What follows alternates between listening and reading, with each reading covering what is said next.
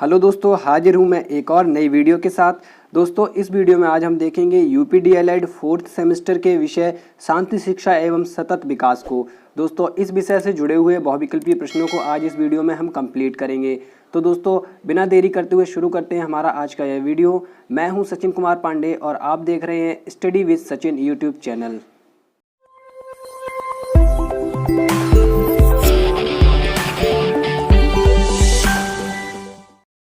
चलिए दोस्तों, हमारे पहले प्रश्न से शुरुआत करते हैं। शांति शिक्षा के निहितार्थ हैं, तो यहाँ शांति शिक्षा के निहितार्थ की बात की जाए तो आपके आ विकल्प में दिया गया कथन और बा विकल्प में दिया गया कथन दोनों ही शांति शिक्षा के निहितार्थ हैं, यानी हमारा यहाँ पे उत्तर सा होगा। अगले प्रश्न को देखते हैं दोस्तों। सामाजिक विकास के अंतर्गत प्रक्रियाएं हैं, तो दोस्तों सामाजिक विकास के अंतर्गत यहाँ आपकी बालकों द्वारा सामाजिक रूप से अनुमोदित व्यवहार करना सीखना, अनुमोदित सामाजिक भूमिका करना, सामाजिक मनोवृत्ति का विकास, ये तीनों ही ऑप्शन आपके करेक्ट है। यहाँ हमारा उत्तर सही होगा दा विकल्प। ठीक है दोस्तों, चलिए दोस्तों देखते हैं अगले प्रश्न को। यहाँ आपसे पूछा जा रहा है व्यक्तित्व से अभिप्राय है, तो दोस्तों यहाँ आपका व्यक्तित्व से अभिप्राय आपके तीन विकल्प जो ऊपर के हैं उनमें तीनों में सही दिया गया है, यानी आपका उत्तर दा विकल्प होगा। अब विकल्पों को एक बार देख लेते हैं। व्यक्तित्व की प्रकृति संगठनात्मक तथा गत्यात्मक है, ये बात भी सही है भाई। व्यक्तित्व में मनो एवं शारीरिक दोनों प्रकार के गुण समाहित रहते हैं, ये भी सही है। व्यक्तित्व वातावरण के साथ समायोजन में अविलक्षित होता है, ये बात भी सही है। इसीलिए हमारा यहाँ पे जो आंसर है उपरोक्त सभी है। अगले प्रश्न को देखते हैं दोस्तों। व्यक्तित्व को निखारने में बाधक तत्व हैं, यहाँ आपसे बाधक तत्व पूछे जा रहे हैं, तो हम विकल्प पढ़ लेते हैं एक बार। पहला विकल्प हमारा है दूसरों को सम्मान न देना, दूसरा विकल्प हमारा है गाली देना, अगला विकल्प हमारा है बात बात में झगड़ा करना। तो दोस्तों ये सभी व्यक्तित्व को निखारने में बाधक होते हैं, इसलिए यहाँ पे हमारा उत्तर होगा दा विकल्प, उपरोक्त सभी। अगले प्रश्न 5 को देखते हैं दोस्तों। व्यक्तित्व के गुण हैं, तो यहाँ आपका देखिए दोस्तों विकल्प पढ़ लेते हैं हम। ईमानदारी एवं कर्तव्य निष्ठा, ये भी व्यक्तित्व का गुण है। सहयोग एवं परोपकार, ये भी है। सत्य बोलना, ये भी है, यानी यहाँ पे हमारा उपरोक्त सभी होगा सही। ठीक है दोस्तों, अब देखते हैं हमारे अगले प्रश्न को। यहाँ आपसे दोस्तों पूछा जा रहा है समाज के विभिन्न सदस्यों के बीच परस्पर होने वाली सामाजिक अंतःक्रिया के आधार हैं, तो दोस्तों समाज के बीच जो सदस्य होते हैं उनमें परस्पर जो अंतःक्रिया होती है उसका मुख्य आधार ये तीनों ही विकल्प आपके सही होंगे, आ बा और सा, यानी सहयोग एवं प्रतिस्पर्धा, संघर्ष एवं व्यवस्था और आपका आत्मीकरण, यानी यहाँ पे भी हमारा उपरोक्त सभी कथन सही है। आगे देखते हैं अगले प्रश्न 7 को। सारी शिक्षा शांति के लिए ही है, तो ये कथन किसका है आपको बताना है।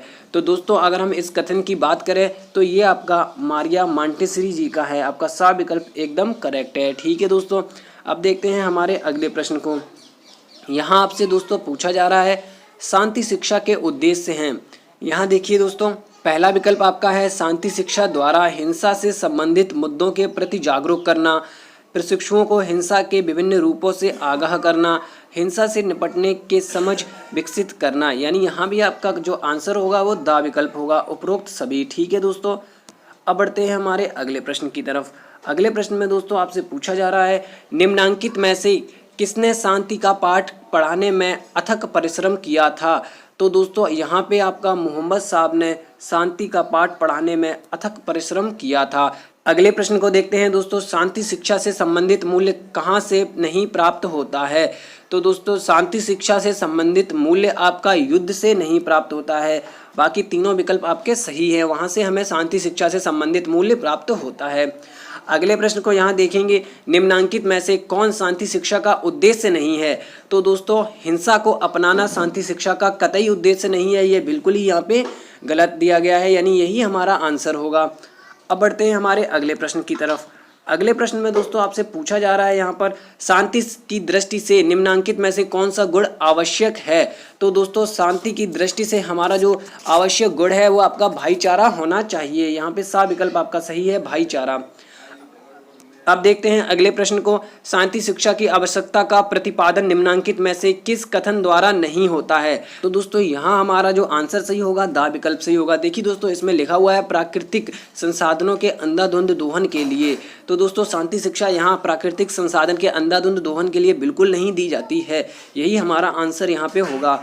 अगले प्रश्न 14 को देखते हैं। निम्नांकित में से कौन सा ज्ञान शांति शिक्षा में आवश्यक नहीं है, तो दोस्तों अगर हम अपने आंसर की यानी अपने उत्तर की बात करें तो विभिन्न देशों में व्यापार, ये आपका जो ज्ञान है ये बिल्कुल भी शांति शिक्षा में आवश्यक नहीं है।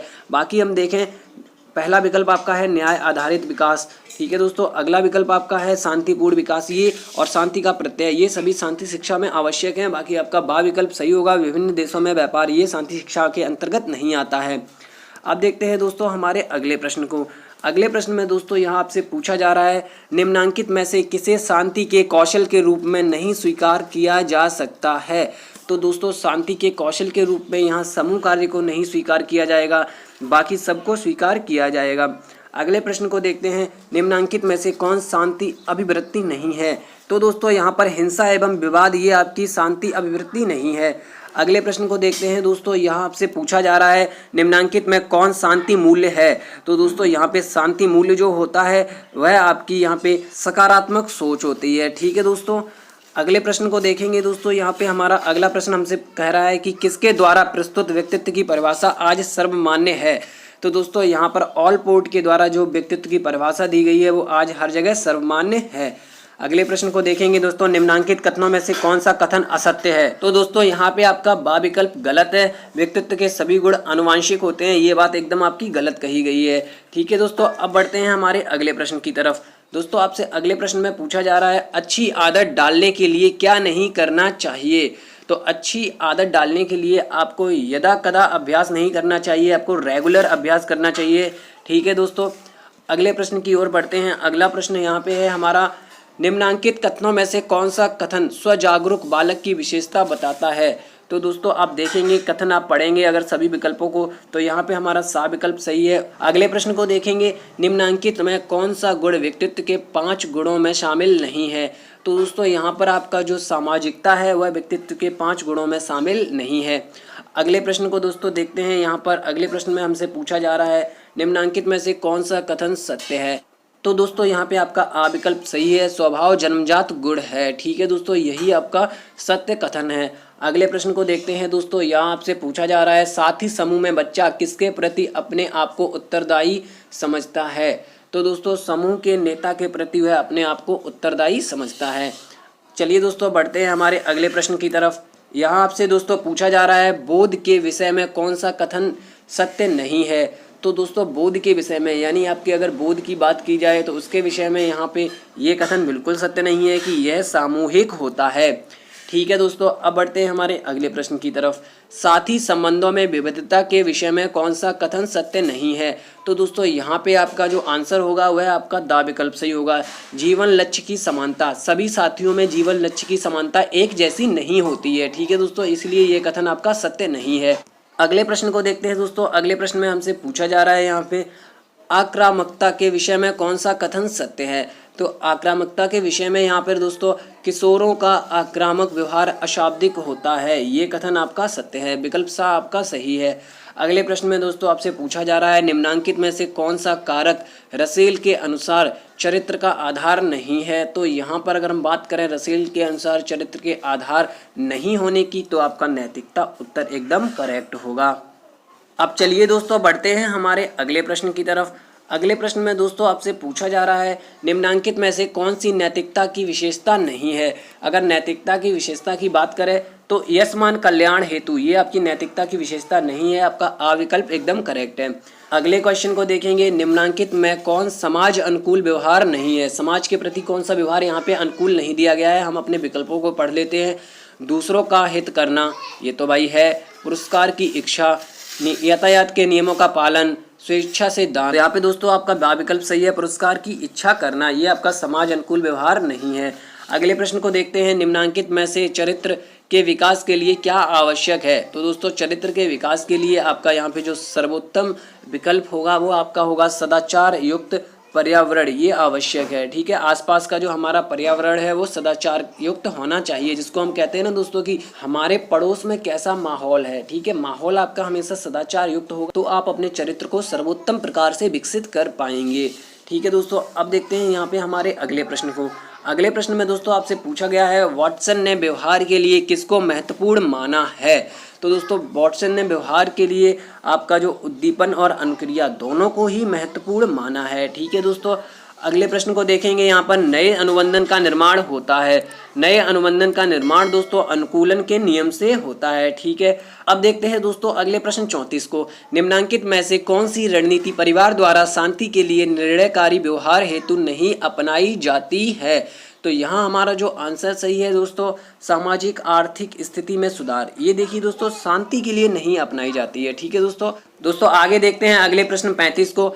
अवांछित व्यवहार को हतोत्साहित करने के लिए शिक्षक को क्या नहीं करना चाहिए? तो दोस्तों यहाँ पर आपका आंसर सही होगा, माना कि बच्चा ठीक नहीं है, ऐसे नहीं करना चाहिए। ठीक है दोस्तों, अवांछित व्यवहार के लिए हमें ये चीज़ नहीं सोचनी चाहिए। अगले प्रश्न को देखते हैं, सकारात्मक व्यवहारिक सहायता का सहयोग के लिए शिक्षक को क्या करना चाहिए? यहाँ हमें पता है क्या करना चाहिए, हमें यहाँ पर अपने व्यवहार के पर्याप्त विकल्प रखने चाहिए। आपका आंसर जो होगा विकल्प द होगा सही। ठीक है दोस्तों, अब बढ़ते हैं अगले प्रश्न की तरफ। अगला प्रश्न यहाँ हमारा है, निम्नलिखित क्रियाओं में से कौन सी मौखिक हिंसा है? यहाँ आपकी मौखिक हिंसा की बात की गई है दोस्तों, तो यहाँ पे गालियाँ देना आपकी मौखिक हिंसा के अंतर्गत आता है। अगले प्रश्न को देखते हैं, मीडिया की श्रेणियां हैं, तो ये उपरोक्त सभी यानी कि आपकी लोक संचार माध्यम, जनसंचार माध्यम और मुद्रित माध्यम यानी प्रिंटेड मीडिया, ये सभी आपकी मीडिया की श्रेणियों के अंतर्गत आते हैं। अगले प्रश्न 39 को देखते हैं, गांधी जी ने भारतीय दर्शन को विकसित किया है। यहाँ आपका विकल्प द सही होगा दोस्तों, क्योंकि तत्व मीमांसा, नीति मीमांसा और समाज दर्शन, ये तीनों की माध्यम से भारतीय दर्शन को गांधी जी द्वारा विकसित किया गया है। अब देखते हैं दोस्तों अगले प्रश्न को। यहाँ आपसे पूछा जा रहा है, शिक्षा दर्शन का क्रियात्मक पक्ष है, यह दार्शनिक चिंतन का एक पहलू है, ये कथन है। तो दोस्तों ये कथन आपका जॉन एडम्स का है। आगे देखते हैं अगले प्रश्न को, गांधी जी के अनुसार शिक्षण विधि होनी चाहिए। तो दोस्तों गांधी जी के अनुसार शिक्षण विधि आपकी शिक्षण का माध्यम मातृभाषा हो, शिक्षण पुस्तकीय न होकर क्राफ्ट केंद्रित हो, शिक्षा ऐसी हो जो बच्चों के आत्मनिर्भर बना सके। अतएव आपका यहाँ दोस्तों विकल्प द सही होगा, तीनों ही विकल्प आपके सही बता रहे हैं। अगले प्रश्न में पूछा जा रहा है, निम्नलिखित में कौन हिंसा का मोर्चा है? तो दोस्तों हिंसा का मोर्चा यहाँ पे अगर देखा जाए तो आपका भ्रष्टाचार हिंसा का मोर्चा होता है। अगले प्रश्न को देखिए दोस्तों, निम्नलिखित में कौन सा विकल्प हिंसा के मुख्य 5 खतरों में शामिल नहीं है? तो दोस्तों अगर यहाँ बात करें मुख्य 5 खतरों की, तो वो आपके जो हैं वो सामाजिक खतरा, धार्मिक खतरा, आर्थिक खतरा, ये तीनों ही उसके अंतर्गत आते हैं। भौगोलिक खतरा आपका उसके अंतर्गत नहीं आता है। चलिए दोस्तों देखते हैं अगले प्रश्न को। अगले प्रश्न में यहाँ दोस्तों आपसे पूछा जा रहा है, निम्नलिखित में कौन सा विकल्प विवादों के शांतिपूर्ण हल की प्रक्रिया में शामिल नहीं है? तो दोस्तों यहाँ पर न्याय की स्थापना जो है वो विवादों के शांतिपूर्ण प्रक्रिया में शामिल नहीं होता है। चलिए दोस्तों बढ़ते हैं हमारे अगले प्रश्न 45 की तरफ। सांसारिक दुखों से मुक्ति का अष्टांगिक मार्ग बताया है। तो दोस्तों ये आपका जो मार्ग है ये आपका महात्मा बुद्ध ने बताया है। ठीक है दोस्तों, चलिए दोस्तों आप देखते हैं अगले प्रश्न 46 को। अहिंसा, सत्य, अस्तेय, अपरिग्रह और ब्रह्मचर्य की शिक्षा किसने दी है? तो दोस्तों ये जो शिक्षा है आपकी जैन दर्शन में दी गई है। ठीक है दोस्तों, ये आपकी शिक्षा जो है वह जैन दर्शन के अंतर्गत ही आती है। अब देखते हैं हमारे अगले प्रश्न को। दोस्तों अगले प्रश्न में आपसे पूछा जा रहा है, सत्य, अहिंसा और सत्याग्रह के महत्व को बताया है। तो दोस्तों ये आपका महात्मा गांधी जी ने बताया है सत्य, अहिंसा और सत्याग्रह के महत्व को। ठीक है दोस्तों, अगले प्रश्न को देखेंगे, निम्नलिखित में से कौन घटना को तनाव का स्रोत कह सकते हैं? तो दोस्तों अगर हम यहाँ तनाव का स्रोत देखते हैं तो तनाव आपका विवाद होने से होता है। ठीक है दोस्तों, अगले प्रश्न को देखेंगे। यहाँ पर दोस्तों अगले प्रश्न में आपसे पूछा जा रहा है, पतंजलि के अनुसार योग का अर्थ है। तो दोस्तों यहाँ पर योग का जो अर्थ है पतंजलि के अनुसार वो आपका है चित्तवृत्ति का निरोध। ठीक है दोस्तों, इसी को योग कहा जाता है। चलिए दोस्तों देखते हैं हमारे अगले प्रश्न 50 को। निम्नवत में से कौन अष्टांग योग में सम्मिलित नहीं है? तो दोस्तों यहाँ आपका सा विकल्प सही है, प्रणाम आपका अष्टांग योग में सम्मिलित नहीं है। अगले प्रश्न को देखते हैं दोस्तों, लोकतंत्र के मूलभूत सिद्धांतों में निम्नवत में से कौन सा सम्मिलित नहीं है? अगर हम लोकतंत्र के मूलभूत सिद्धांत देखें दोस्तों यहाँ पे, तो आपका जातिवाद उसमें सम्मिलित नहीं होता है। अगले प्रश्न 52 को देखते हैं दोस्तों, निम्नांकित में से संविधान के किस भाग में मूल कर्तव्यों का उल्लेख है? तो दोस्तों यहाँ पर आपका भाग 4A में आपके मूल कर्तव्य दिए गए हैं। ठीक है दोस्तों, भाग 4A में आपके मूल कर्तव्य दिए गए हैं। अगले प्रश्न को देखेंगे, यूएनओ का गठन कब हुआ था? यानी संयुक्त राष्ट्र संघ, यूनाइटेड नेशंस ऑर्गेनाइजेशंस का गठन कब हुआ था? तो ये आपका 24 अक्टूबर 1945 में हुआ था। अब देखते हैं दोस्तों हमारे अगले प्रश्न 54 को, जिसमें आपसे पूछा जा रहा है, गांधी जी के अनुसार बच्चों के चतुर्मुखी विकास के लिए शिक्षक में गुण होने चाहिए। तो यहाँ आपके ये जो आपके 3 विकल्प में गुण दिए गए हैं ये सारे ही शिक्षक में होने चाहिए। यहाँ आपका द विकल्प होगा सही। अगले प्रश्न को देखते हैं दोस्तों। अगले प्रश्न में आपसे पूछा जा रहा है, स्वामी विवेकानंद द्वारा स्थापित रामकृष्ण मिशन के प्रमुख कार्य थे। तो दोस्तों रामकृष्ण मिशन के प्रमुख कार्य यहाँ पे उपरोक्त सभी हैं, यहाँ पे आपका दा विकल्प सही है। देखिए दोस्तों हम देख लेते हैं कार्यों को। गरीबों की यथासंभव सहायता, स्वामी रामकृष्ण की शिक्षाओं एवं वेदांत का प्रभावशाली ढंग से प्रचार, जन कल्याण की शिक्षा, ये सभी आपके रामकृष्ण मिशन के प्रमुख कार्य थे। अब दोस्तों देखते हैं अगले प्रश्न 56 को। अंतर्राष्ट्रीय शांति वर्ष घोषित हुआ, तो ये आपका 1986 अंतर्राष्ट्रीय शांति वर्ष घोषित हुआ था। अगले प्रश्न को देखेंगे दोस्तों, यहाँ आपसे पूछा जा रहा है स्वामी विवेकानंद का जन्म हुआ था, तो स्वामी विवेकानंद का जन्म 1863 ईस्वी में हुआ था। ठीक है दोस्तों। अब दोस्तों बात कर लेते हैं अगले प्रश्न 58 की। निम्नांकित में से कब मानव अधिकारों की घोषणा की गई थी, तो ये आपकी 10 दिसंबर 1948 को की गई थी। ठीक है दोस्तों। अब बढ़ते हैं अगले प्रश्न 59 की तरफ। निम्नांकित में से कौन धार्मिक सहिष्णुता में बाधक नहीं है, तो दोस्तों यहाँ पर आपका नैतिक आचरण जो है वो धार्मिक सहिष्णुता में बाधक बिल्कुल भी नहीं होता है। अगले प्रश्न को देखेंगे दोस्तों, यहाँ आपसे पूछा जा रहा है धार्मिक सहिष्णुता के विकास के लिए शिक्षक को क्या करना चाहिए। तो दोस्तों यहाँ पर आप देखेंगे तो शिक्षक को स्वतः धार्मिक सहिष्णुता में विश्वास करना चाहिए। ठीक है दोस्तों, ये आपका विकल्प सही होगा। अगले प्रश्न को देखते हैं। यहाँ पे दोस्तों अगले प्रश्न में पूछा गया है निम्नांकित में से कौन राष्ट्रीय एकता में बाधक नहीं है, तो यहाँ पर आपका जो आंसर सही होगा पंथ निरपेक्षता, ये आपका राष्ट्रीय एकता में कतई बाधक नहीं है। यहाँ पे अगले प्रश्न को देखेंगे दोस्तों, निम्नलिखित में से वैश्वीकरण का तात्पर्य है, तो वैश्वीकरण से तात्पर्य आपका होता है विभिन्न देशों के लोगों का आपसी सामंजस्य। ठीक है, आपका आ विकल्प यहाँ पे करेक्ट है। अगले प्रश्न में दोस्तों यहाँ आपसे पूछा जा रहा है निम्नांकित में से कौन सा तत्व वैश्वीकरण के विकास में सर्वाधिक बाधक है, तो यहाँ बात करें अगर हम बाधा की जो कि वैश्वीकरण के अंतर्गत आती है, तो आपकी मनोवैज्ञानिक व्यवधान आते हैं। ठीक है दोस्तों। अगले प्रश्न को देखते हैं दोस्तों, यहाँ पे निम्नांकित में से सतत विकास का आयाम कौन नहीं है, तो दोस्तों सतत विकास का आयाम यहाँ पे बात की जाए तो असीमित संसाधन, ये आपके सतत विकास के आयाम के अंतर्गत नहीं आता है। अगले प्रश्न को देखते हैं दोस्तों, सतत विकास क्यों आवश्यक है, तो ये आपका जो होगा इस यहाँ पे हमारा सतत विकास आवश्यक है शुद्ध एवं स्वच्छ पर्यावरण के लिए। ठीक है दोस्तों। अगले प्रश्न को यहाँ पे देखते हैं हम प्रश्न 66 को। इसमें आपसे पूछा जा रहा है संयुक्त राष्ट्र की मानव अधिकारों की सार्वभौम घोषणा हुई थी, तो दोस्तों हम इसको पढ़ चुके हैं, ये आपकी 1948 को हुई थी 10 दिसंबर को।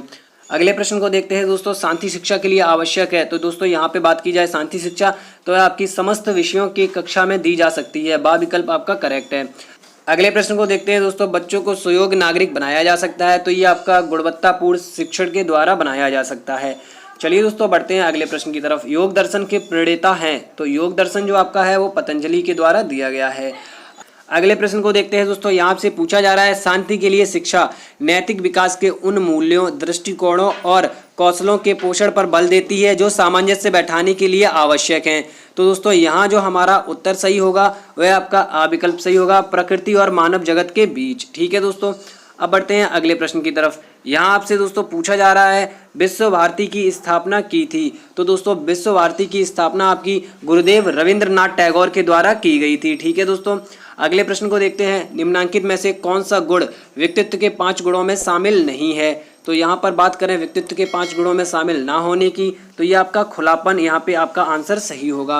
अब देखते हैं अगले प्रश्न को। यहाँ आपसे पूछा जा रहा है उ आ बंधन का निर्माण होता है, तो दोस्तों ये आपका उ आ बंधन जो लिखा हुआ है इसका मैं आपको बता दूं, ये आपका लिखा है उद्दीपन अनुक्रिया बंधन, तो इसका निर्माण दोस्तों अनुकूलन के नियम से होता है। ठीक है दोस्तों। अब बढ़ते हैं हमारे अगले प्रश्न की तरफ। यहाँ दोस्तों अगले प्रश्न में आपसे पूछा जा रहा है शांति निकेतन और विश्व भारती की स्थापना की थी, तो ये दोस्तों अभी थोड़ी देर पहले इसको पढ़े हैं। यहाँ आपका आंसर सही होगा, रविंद्रनाथ टैगोर जी के द्वारा शांति निकेतन और विश्व भारती की स्थापना की गई थी।